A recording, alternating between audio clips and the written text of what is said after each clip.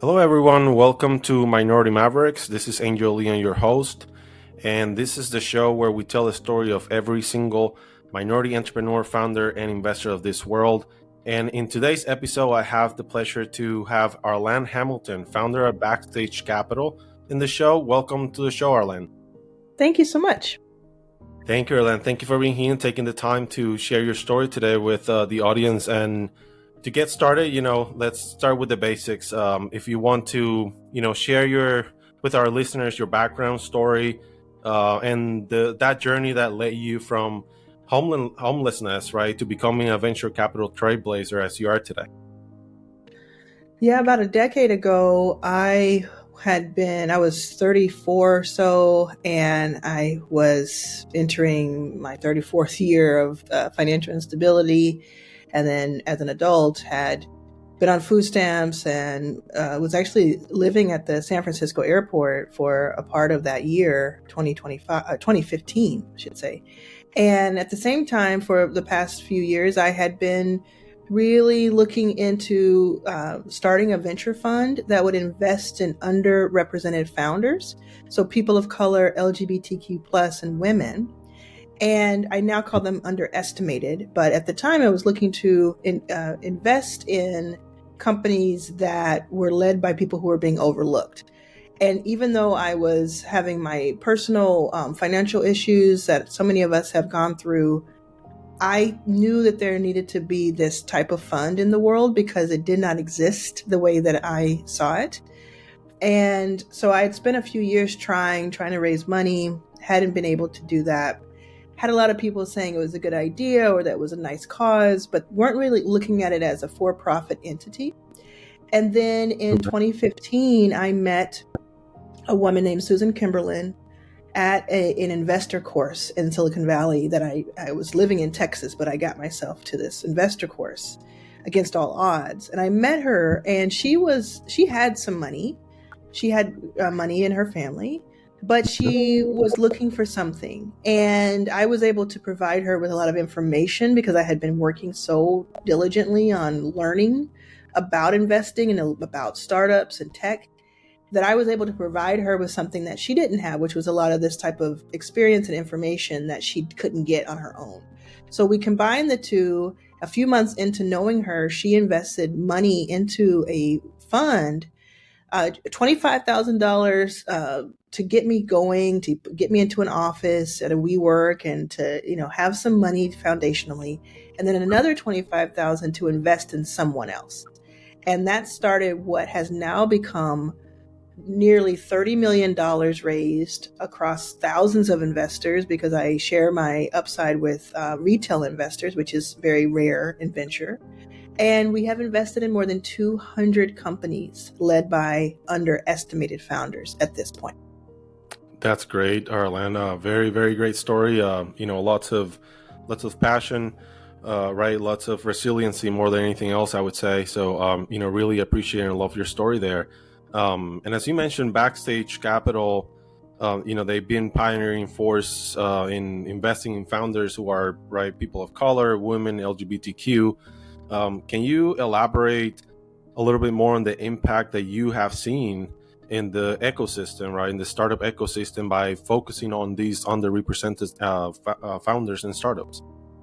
Yes, when I started, especially when I was just asking around and people were not giving any kind of capital, I was told literally that I should not be talking about race, gender, or orientation in Silicon Valley. I was told by white men that it was to be hushed, in back rooms. And so that's the landscape I was working in. Today, when we think about diversity and inclusion in tech and in investing, it's everywhere we look. It's somebody's talking about it. I believe, and you can, ask our founders, you can ask the people who have learned from us, ask other investors over time. I believe that Backstage had a very large part in that. And the fact that even the lexicon, even the verbiage that we use, like underestimated and other words that we use today in investing, came from Backstage's work. So the way I think about it is like, what would have happened if Backstage didn't exist? I believe that we would have gotten to a place where there would have been a conversation about it, but it wouldn't have happened as quickly, and it wouldn't have been as broad and as welcomed. And so Yeah. you can see it there. You can see it in our portfolio, the thousands of jobs that have been created, the hundreds of millions of dollars in enterprise value that has been, billions in enterprise value that has been created, and the offshoots of funds that have been created. Now, when you say, when I learned back in 2015 or 2014 that less than 10% of all venture funding goes to women, people of color, and LGBTQ founders in the country, where white men make up 30% of the country. Unfortunately, the percentages haven't changed too much, but the amount of money has changed. Because as more investment dollars have come in, we've kept up at least with the numbers. And I am an investor personally. I have a personal fund of funds. I'm an investor in 30 funds by Emerging Manager. And 29 of those funds did not exist before Backstage, and they have Backstage's mandate in one way or another. So that's another major, stark example that I can look at every day and say, yeah, the people who tell me I started a venture fund or I started angel investing as someone who's underrepresented because Backstage showed me the way, that to me is impact. And the last piece I'll say is that Backstage has 59. No, it is 58. We have 58 Backstage Catalysts. So if you go to backstagecatalyst.com, we have 58 investing apprentices from all backgrounds, walks of life. Some of them have experience and some of them don't. Many of them don't. And we've taken them through years of apprenticeship as well, because that is how we believe that the next wave of impact happens. Very powerful, Arlan. And why the name Backstage Capital? So I used to work in concert touring. Okay. I worked my way up from 21. When I was 13, I saw Janet Jackson concert in the front row through a series of events that I talk about in both of my books. My book, It's About Damn Time, I talk about it. And my new book, Your First Million, I talk about it as the intro. And when I saw her at 13 years old, I made a promise to myself that I would somehow work in music touring because it just seems so powerful to me. So it's from 21 to 30 something, 34, I was working in touring, and I'm 43 now. And I went from working with garage bands who had no budget and I was driving to working, last gig I did was with will.i.am at Wembley Stadium. Okay. So, and that happened a year after I started, had my first investment. So it's a whole story, it's a whole thing.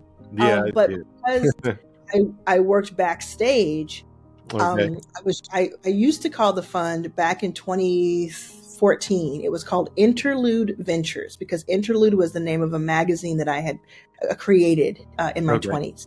And so I really liked it, but I thought interlude sounds like it's too fleeting. It sounds too temporary and too small. And what I want to do is so much bolder than that. And so I was driving around with my mom in Pearland, Texas one night while we were both home, living out of a hotel. And we had a rental car and we were driving around. I think we were going to the grocery store or something. And I said to her, I'm looking for this new name for a fund that I'm creating. And we have to think about, we are poor at this point. So I'm talking to her about $1 million fund that I think I'm going to be able to create. And so she was daydreaming with me. And I said, if you could think of a name, help me think of a name, that'd be great. And I thought she would go think about it for a few days and give me some ideas and I could kind of bounce off. As soon as I said that, just a few moments later, after she just thought about it for a second, she goes, what about Backstage? Because you help musicians backstage. You could do the same thing for companies. That's very cool. That's so genius, And so we called it Backstage Capital, and my mom works with me today. That's very cool. Very cool. It's a perfect name. It tells more about your story than anything else. So it's very interesting to even, know about it. Thank you for sharing that. No problem. And for your book that you mentioned, It's About Damn Time, where, you share your personal journey there in that book. what is the message or lesson that you hope your readers, especially those with minority backgrounds, right? They take away from your story and your book. It's About Damn Time came out in May of 2020. So the publisher decided to release the book, even though they weren't releasing a ton of books, because they thought it would be so helpful. And it ended up helping. And the reason was the book is about resilience. It's about grit. It's about overcoming obstacles in the way that you were born, raised, your profile, your background, and not letting that be the thing that determines your future. And so it's called It's About Damn Time. The book is called that. How to turn being underestimated into your greatest advantage. So if you feel underestimated, if you feel like someone or people or the world, it doesn't understand your full potential, you will get something out of this book. And I think that reading my first book helps you really understand my second book that's new, Your First Million. Okay. Very cool. Very cool. Yeah, I haven't had the time to actually read it, but I'll definitely will take a look at it for sure. I started reading more or less about it, and yeah, I hear great things about it. So yeah, I would say I did the audio for both. So grab the audio for It's About Damn Time, put that sucker on 1.5x, and just walk around with it. Yeah. Yes, definitely, will do. And you have you have amongst many other things that you have going on at the same time. You also have another company called Runner. Yes. Where you're connecting talent basically with companies. How do you see this involvement with Runner playing in diversity and inclusion, and why Runner? Right. So I run Backstage Capital. It's a full-time job. It's more than a full-time job. It's so much responsibility with 200 portfolio companies. But I'm an entrepreneur. And I think being an entrepreneur makes me a better investor. And so I had been working on Backstage for about 7 years. And I said, I want to do something that has that entrepreneurial spirit, but I want it to be aligned. So the number one thing founders ask me for is money. We have Backstage, and that addresses that. The second most requested help is, can you help me hire someone? And so I had always been helping people match. Here's a great person I know about. Here's someone looking for an executive assistant, et cetera, et cetera. And so Runner, to me, was just a perfect combination of being something that was really needed. First of all, that's the most important. It was needed. Yeah. I knew it was needed on a day-to-day basis, especially with all the layoffs that have happened in the last couple of years. And then something that I felt was super aligned with my overall mission. And then even the word runner is what I learned, what I had when I was working on music touring. We would have a runner in each city who would know the city well and go and run around and do errands for us and be really important and clutch for what we were doing in that city that day. And so even the name is associated with the Backstage kind of vibe to it. Right. Very interesting. Very cool. And I have been personally involved too with startups for the past 10 years. So definitely see, the need of the talent, right? It's time consuming. It's expensive, right? Because it's not just involving how much it costs to hire someone, but then the time that consumes, the founder, right, to find that right person. So definitely, things like this definitely help. And you also have other, other things going on, and you help a lot, especially the Black community. And if you don't mind, talking a little bit about the scholarship programs that you have out there and all these different type of supports that you have for Black students. Yeah, and actually it's for all types of students who are underestimated. So I have, with my mother, several scholarships at colleges around the world, and I didn't really go to college. I went to a community college for about half a year, but I didn't really go to college, even though I was accepted into a couple. It was just so hard for us to afford anything, even with scholarships. I felt like, I'm leaving somebody behind, and it was this whole thing. And so when we decided to do these scholarships, we wanted to do a couple things. One is like we wanted to make a big statement, so we did them at very well-known colleges and at very well-known HBCUs, so historically black colleges and universities. Hmm. And the first one we ever did was at Oxford, which is crazy, right? Like to do one at Yeah. Oxford, and in their history, they had never had a scholarship for a black scholar. So we Wow. were the first, and so there have been others have happened after us because we kind of created that trend. But what we did was the second thing we wanted to make sure, besides it being in like a well-known school, was that it was a full ride scholarship that also included a stipend, because we wanted Okay. to make it so that you could take the scholarship, but also you didn't have to worry about like your rent and things like that at the school. So Right. we have one at Oxford. We have 3 students that have gone through it over the years, and they're still going through it. Some of them are still going through it. 4 year at Oxford, which you can imagine is very expensive. We have one at Harvard Law, a black man going through Harvard Law. I think is so important. We have Okay.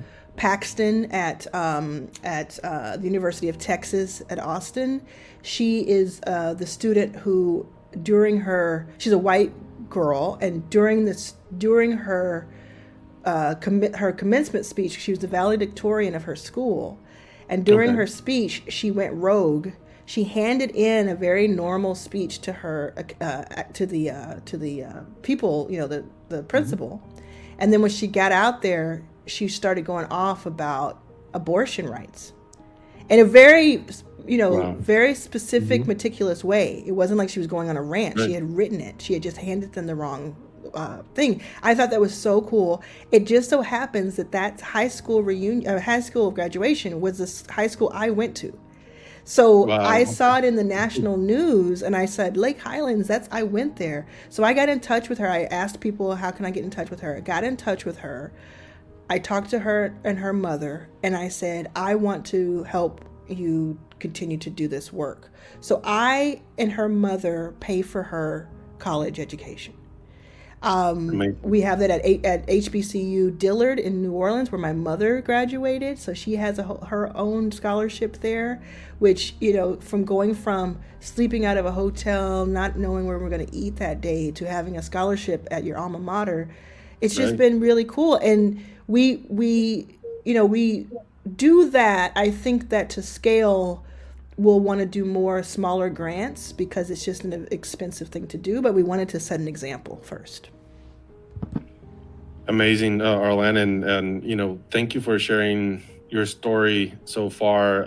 All I see is just a lot of passion, Hmm. a lot of determination, resiliency, right? And as I said before in this show many times too, I feel that minority people have that resiliency that no one else has, and that's because we've been somewhat isolated in some sort of ways, or we've been just diminished in many ways. So and that kind of keeps us from or from or just being more creative, right? Mm-hmm. And the creativity just kind of kicks in, right? Mm-hmm. And that determination that we have to just do what we need to do in order to support our families and create our own dreams and live our own dreams, right? That's Yes. sort of all it takes. Yes. And you're proof, and obviously that anyone can actually become successful, that it's all about passion, it's all about making mistakes, it's all about asking questions and being curious and